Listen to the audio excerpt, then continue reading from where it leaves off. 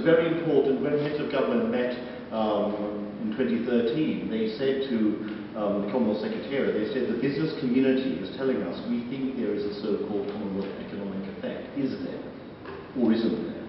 And they went off and did some very robust work on this, and they found that actually not only is there a reduced cost of savings, so if you're a business in, or an entrepreneur for that matter, in Mombasa, let's stick with Kenya, and you're exporting to Melbourne, or to Manchester, or to Montego Bay, or Mumbai, there is an 18% reduced cost of saving. There's an 18% reduced cost in doing business with those countries. Why?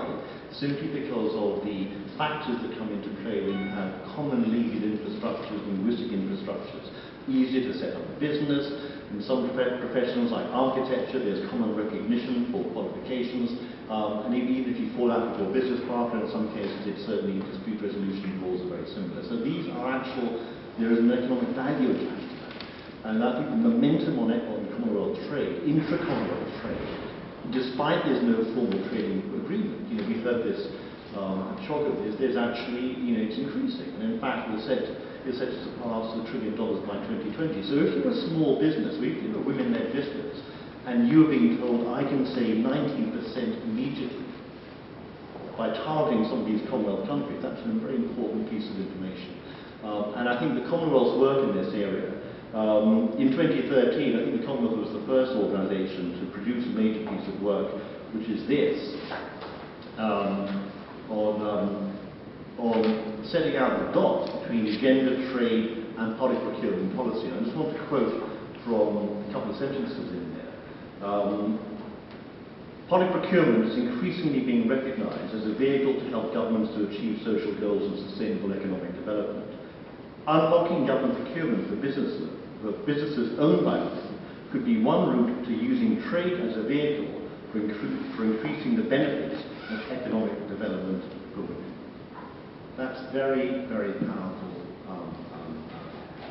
information to highlight, and I think it's really the example of how procurement can play a significant role. So when the Women's Affairs Ministers met last in 2013, this was on the agenda, this was being discussed. In the same year, the International Trade Centre, when Meg was there, brought out a groundbreaking report on procurement, public procurement, and there were other initiatives that flowed from there. So there is momentum here. In June of last year, we participated in a meeting with UNCTAD, with trade officials from 22 countries. And Steve is a former Commonwealth person, you'll be impressed, there were 22 countries' trade officials there, 2 days talking about the Commonwealth take on trade. Now the Commonwealth, you have to remember, we are home to 31 small states. It's a very important community for us because it gives them a voice, it gives them a perspective, a route into big global debates of all kinds. And certainly it wasn't just the small states, but we had a panel discussion with UNCTAD's Samita from UNCTAD, myself and a colleague from the Secretariat.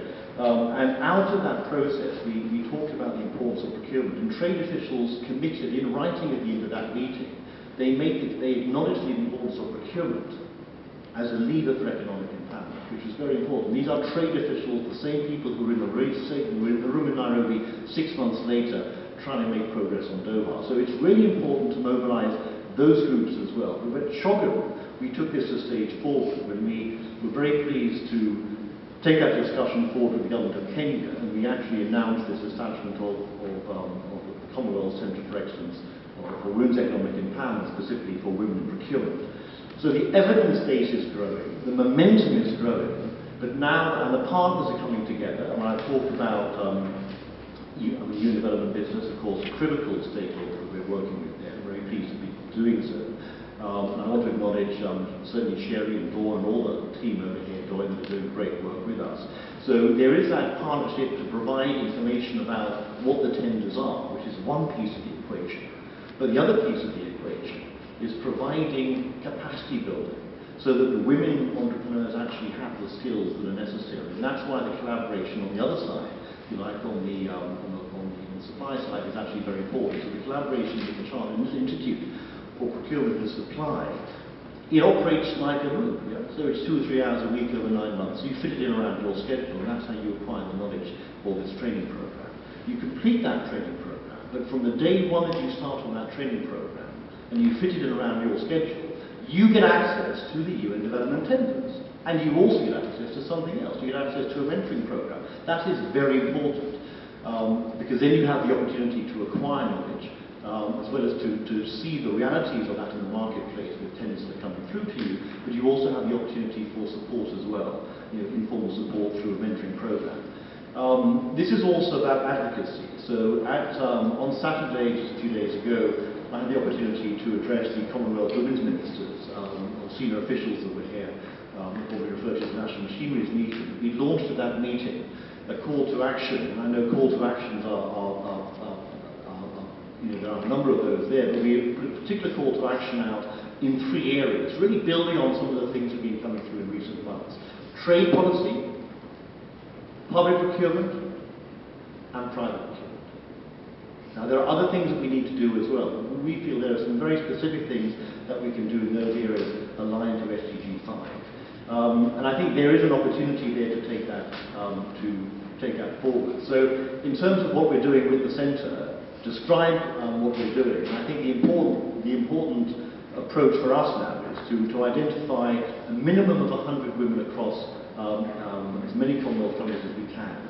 And this is as true in Stornoway as it's true in Sydney. It's true in Mumbai as it is in Montego Bay. It really has this universal relevance across the different kinds of economies.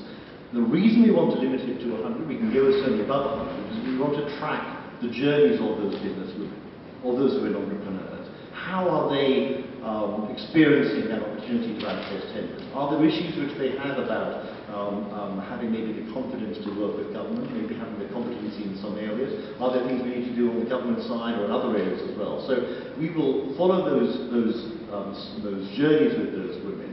We will take the evidence back to the next heads of government meeting, which the UK government is hosting exactly 2 years from now, when they will then assume the chair of the Commonwealth for 2 years, and then we will use that to drive up to the next level.